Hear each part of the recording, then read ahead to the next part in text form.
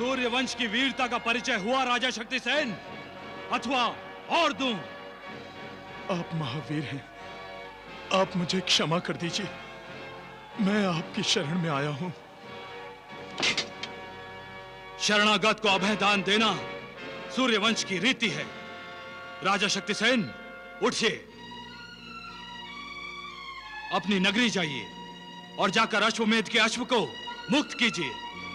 जाने से पहले मेरा एक निवेदन स्वीकार करेंगे युवराज? कहिए। युवराज बाहुक, हर एक पिता को अपनी पुत्री के लिए एक अच्छे दामाद की इच्छा होती है।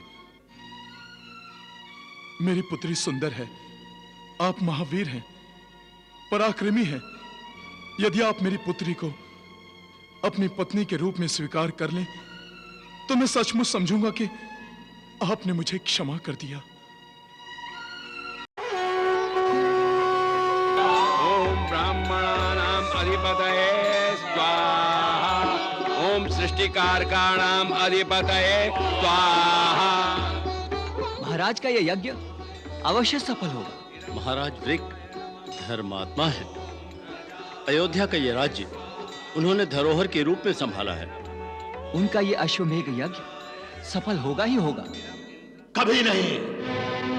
मैं अयोध्या नरेश वृक के इस अश्वमेध यज्ञ को कभी सफल नहीं होने दूंगा। जाओ गुप्तचर, अयोध्या में होने वाले इस यज्ञ का समाचार देते रहना।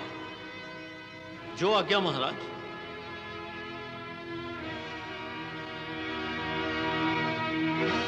क्षमा कीजिए महाराज, यज्ञ असफल करना राक्षसी कार्य है, मानवीय नहीं। महामंत्री, ये यज्ञ नहीं, ये अश्वमेध यज्ञ है। इस यज्ञ के सफल हो जाने का अर्थ है महाराजा वृक का पृथ्वीपति बन जाना। तो क्या हम उनका विरोध करेंगे, उनसे शत्रुता लेंगे? महाराज की जय हो। अयोध्या नरेश सामर्थ्यशाली है, अजय है। सेनापति, अयोध्या नरेश को सामर्थ्यवान कहकर तुमने अपने आप का, अपनी सेना का, अपने महाराज का सामर्थ्य और बाहुबल का अपमान किया है। इस अश्वमेध यज्ञ को सफल हो जाने देने का अर्थ है महाराज वृक के स्वामित्व को स्वीकार करना, उसकी अधीनता को स्वीकार करना, और शक्तिसेन का बाहुबल, शौर्य, पराक्रम किसी का दास नहीं बनेगा। शक्तिसेन वीर है, योद्धा है। महाराज, मेरी तुच्छ राय में किसी के अश्वमेध यज्ञ का विरोध पाप है, और उस यज्ञ में सम्मिलित होकर आप यज्ञ द्वारा अर्जित पुण्य के भागी बन सकते हैं। नहीं चाहिए ऐसा पुण्य। जब मेरी तलवार शत्रु पर चलती है और विजय प्राप्त करती है तो मैं स्वयं ही ऐसे पुण्य का अधिकारी बन जाता हूं। महाराज वृक के इस यज्ञ में सम्मिलित होने का अर्थ है महाराज की शरण में जाना, और यह मेरे लिए पाप है। मैं ऐसा कभी नहीं होने दूंगा। मैं महाराज वृक के अश्वमेध यज्ञ को कभी सफल नहीं होने दूंगा, नहीं होने दूंगा। नारायण नारायण नारायण। मैया, आप ही ने कहा था ना कि पृथ्वीलोक पर जो मानव निर्माण होगा वो सुर और असुर इन दोनों का मिश्रण होगा। हाँ देवर्षि, आपने सत्य ही कहा था मैया। ऐसा प्रतीत हो रहा है कि राजा शक्तिसेन हिरण्याक्ष, हिरण्यकश्यप और तारकासुर जैसे असुरों का मानवीय रूप है। मैया, तभी तो राजा शक्तिसेन अश्वमेध यज्ञ जैसे पवित्र यज्ञ का विरोध करने जा रहा है। यही मानवीय प्रवृत्ति है देवर्षि, जिसमें सारे विकार सम्माहित होते हैं, और जो इन शत्रुओं अर्थात विकारों पर विजय प्राप्त कर लेता है उससे ही परमात्मा की प्राप्ति होती है, और जो इन विकारों के अधीन होता है, दास बन जाता है, वो मुक्ति से दूर जन्म जन्मांतर के चक्र में भटकता रहता है। शक्तिसेन इस समय महत्वाकांक्षा के रथ पर आरूढ़ होकर अहंकार रूपी तलवार लिए अयोध्या नरेश वृक के अश्वमेध यज्ञ का विरोध करना चाहता है। देवर्षि, आपने तो देखा ही है, भार्गव शुक्राचार्य के विरोध करने के बाद भी असुर लोक का विकास हुआ। उसी प्रकार पृथ्वी लोक का भी विकास होगा और हर अच्छे कार्य के लिए विरोध होना ये तो स्वाभाविक है। ओम भूर्भुवः स्वः तत्सवितुर्वरेण्यं भर्गो देवस्य धीमहि धियो यो न प्रचोदयात्। स्वाहा।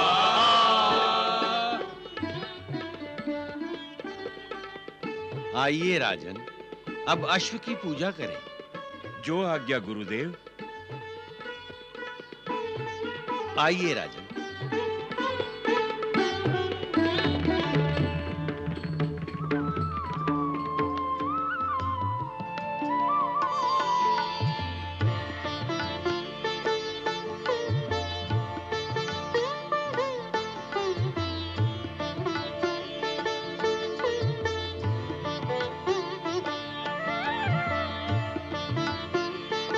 महाराज, आप अश्व की पूजा कीजिए। जो आज्ञा गुरुदेव।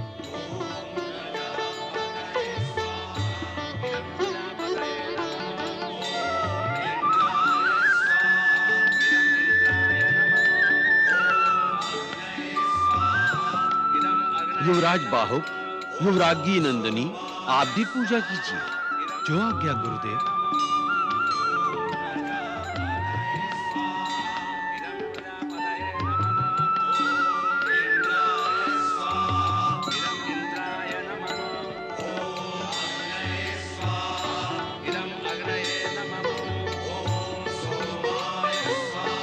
युवराज, इस अश्व की रक्षा करने का उत्तरदायित्व अब तुम्हारा है। ये अश्व जिस भी दिशा में जाना चाहे इसे जाने दीजिए। इसके पैर जिस भूमि पर पड़ेंगे वो भूमि महाराज वृक की होगी। अश्वमेध के इस अश्व को किसी ने रोका तो वो महाराज वृक के अधिकार अधिपत्य का विरोध कर रहा है, उन्हें चुनौती दे रहा है। ऐसे विरोधी वीरों को पराजित करके इस अश्व को उनसे मुक्त करवाकर वापस अयोध्या लेकर आना आपका कर्तव्य है। मैं अपने कर्तव्य का पालन करूंगा गुरु श्रेष्ठ, आशीर्वाद दीजिए। विजयी भव।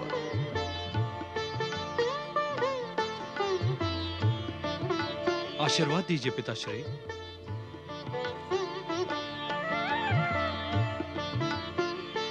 विजयी भव।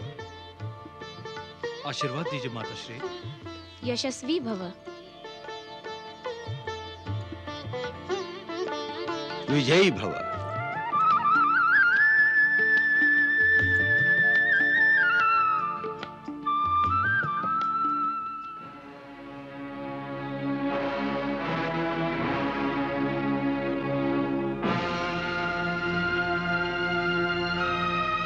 ये तलवार अयोध्या का सम्मान है युवराज। आप दिग्विजय होकर लौट आइए, मैं आपकी प्रतीक्षा करूंगी।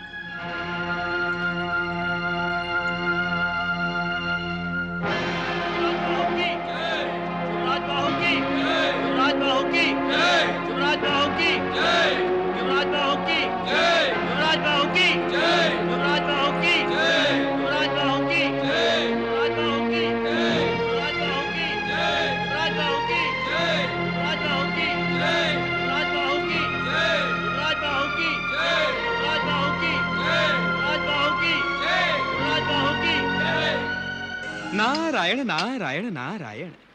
मैया, सूर्यवंशी राजा वृक के अश्वमेध यज्ञ का अश्व निर्भय होकर विचर रहा है। मैया, ये मेरे पृथ्वी लोक पर होने वाले अवतरण का प्रथम चरण है देवर्षि। ऐसे कई चरण संपन्न होने के बाद ही पृथ्वी लोक पर मेरा अवतरण होगा।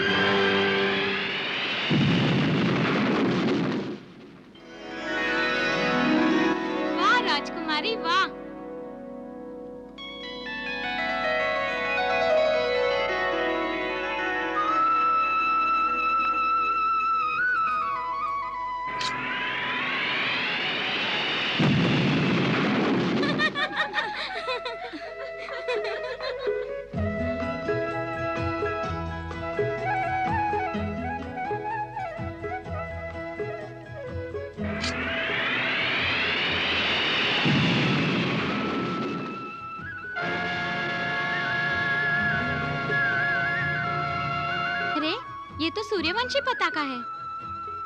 जानती हूँ, ये अश्वमेध अश्व है। मुझे इसी की प्रतीक्षा थी।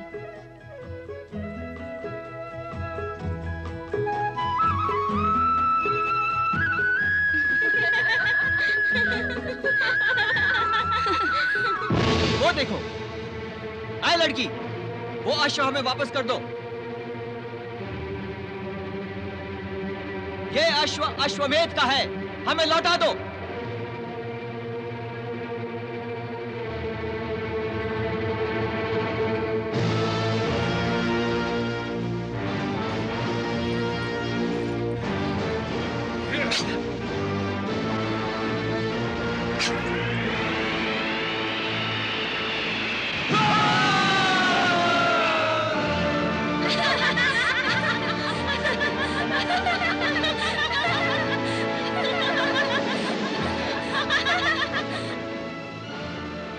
अपने राजा से जाकर कह दो कि ये महाराज शक्ति सेन का प्रदेश है और महाराज शक्ति सेन की पुत्री युवरानी सुशीला ने इस अश्व को अपने अधिकार में ले लिया है। यदि मयान में तलवार है और तुनीन में बाण, तो इस अश्व को आकर मुक्त करा ले।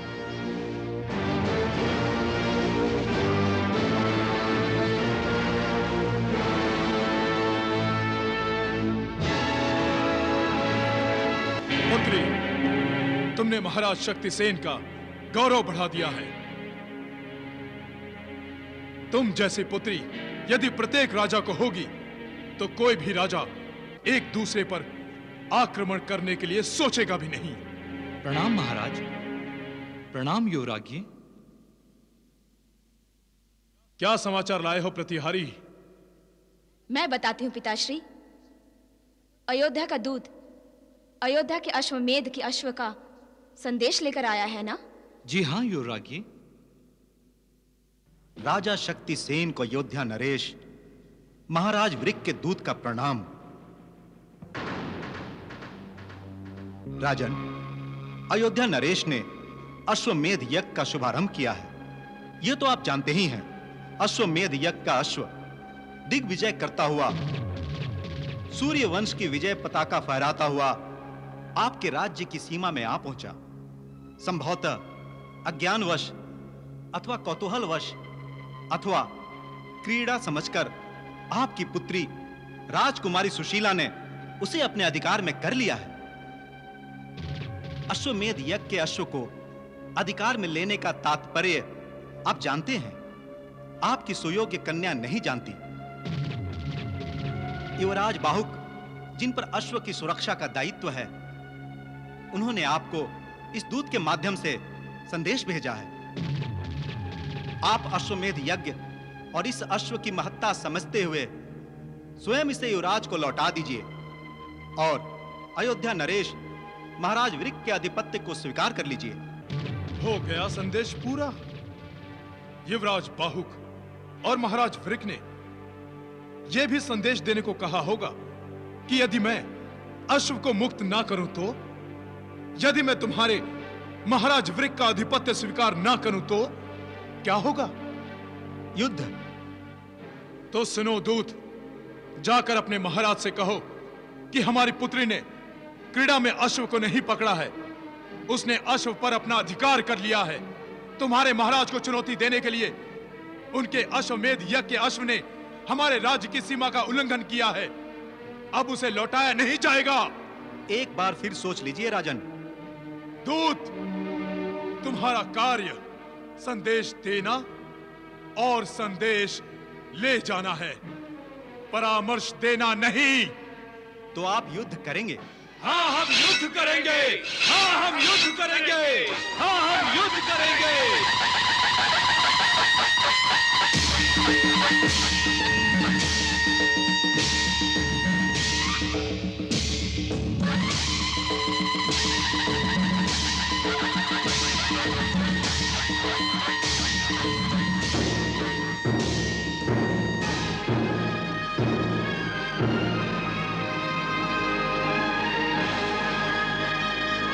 आक्रमण!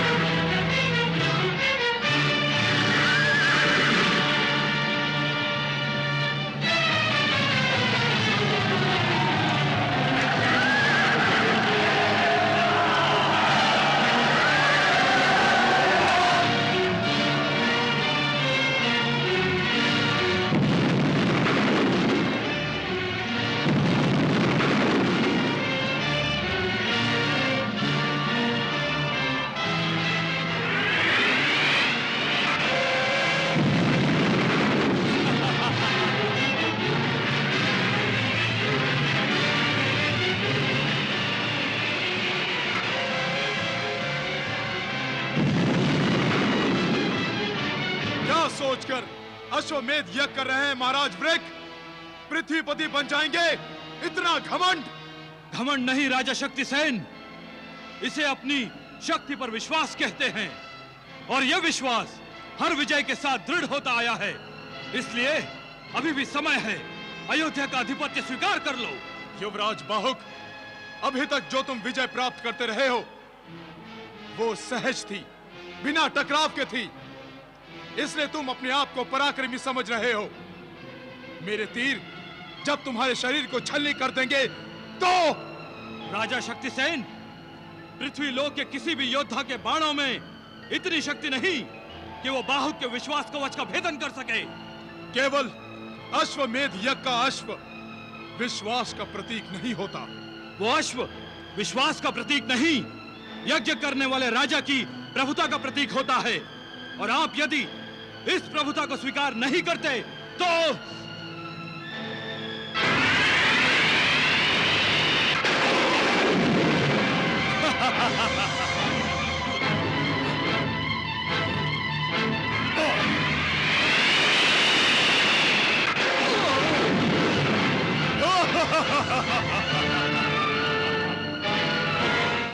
युवराज बाहुक, जिस सूर्य वंश की वीरता के नाम पे महाराज वृक अश्वमेध यज्ञ करने जा रहे हैं, वो वीरता महाराज इक्ष्वाकु, महाराज पुरंजय और महाराज मानधाता की जीवन लीला के साथ समाप्त हो गई।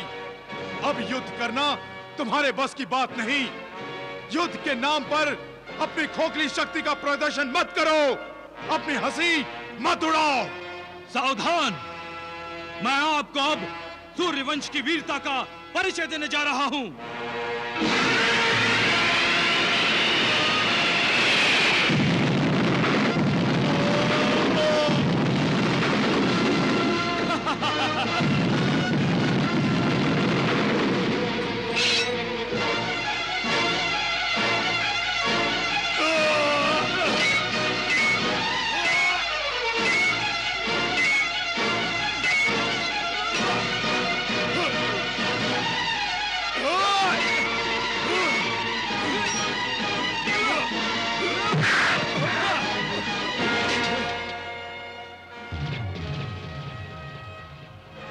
सूर्यवंश की वीरता का परिचय हुआ राजा शक्तिसेन, अथवा और दूं? आप महावीर हैं, आप मुझे क्षमा कर दीजिए। मैं आपकी शरण में आया हूं। शरणागत को अभय दान देना सूर्यवंश की रीति है। राजा शक्तिसेन, उठिए, अपनी नगरी जाइए और जाकर अश्वमेध के अश्व को मुक्त कीजिए। जाने से पहले मेरा एक निवेदन स्वीकार करेंगे युवराज? कहिए। युवराज बाहुक, हर एक पिता को अपनी पुत्री के लिए एक अच्छे दामाद की इच्छा होती है। मेरी पुत्री सुंदर है, आप महावीर हैं, पराक्रमी हैं।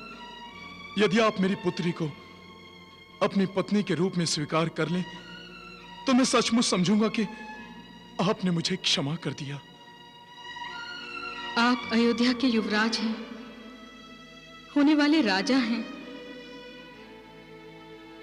सूर्यवंश यहीं समाप्त हो जाएगा यदि आपने सूर्यवंश को कोई उत्तराधिकारी न दिया तो। मैं अपने कारण एक वंश का अंत होते नहीं देख सकती, इसलिए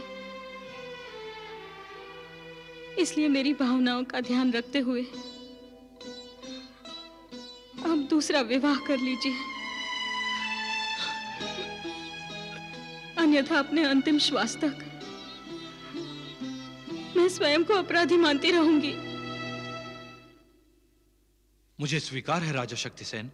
पिताश्री, आप तो युवराज बाहुक को पराजित करने गए थे, स्वयं ही पराजित होकर आ गए। पुत्री, युवराज बाहुक एक असामान्य योद्धा है। वीर की वीरता को स्वीकार करना कोई अनुचित नहीं है। वो हमसे अधिक बलशाली है, शक्तिशाली है। उससे पराजित होकर हमारे मन में कोई हीन भावना नहीं आई। हीन भावना तो आई थी पिताश्री, तभी तो आप उनकी शरण में गए, तभी तो आपने उन्हें अपनी पुत्री सौंपने का प्रस्ताव रखा। प्रसन्नता की बात तो यह है पुत्री कि उसने तुम्हारे साथ विवाह करना स्वीकार कर लिया है। मेरे लिए ये कोई प्रसन्नता की बात नहीं है पिताश्री। पुत्री, आज का युवराज कल का अयोध्या नरेश है, कल का महाराज है। हाँ, परंतु महारानी मैं नहीं बनूंगी पिताश्री। महारानी बनने के लिए तो उनकी प्रथम पत्नी नंदिनी ही है। आप ये क्यों भूल रही हैं युवरानी कि आपका पुत्र अयोध्या का राजा बनेगा?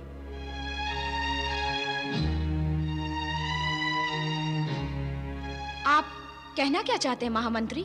युवरानी, युवराज बाहु को प्रथम पत्नी नंदिनी से कोई संतान नहीं है और ना ही संतान की कोई आशा है। इसीलिए 100% संभावना है कि आपकी संतान ही अयोध्या नरेश बने। इस संभावना के पीछे छिपी आपकी भावना मेरी समझ में आ गई है महामंत्री। मैं युवराज बाहुक से विवाह करूंगी।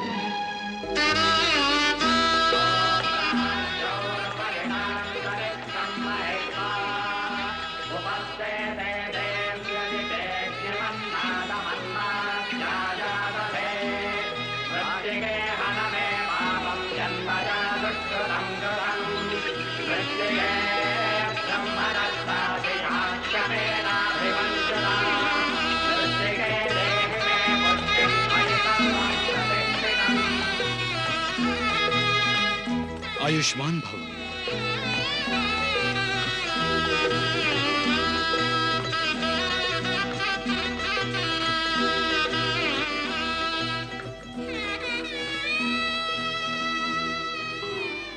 पुत्रवती भव। सुशीला, ये मेरी रानी है, युवरागी नंदिनी। आप मेरी बड़ी दीदी हैं।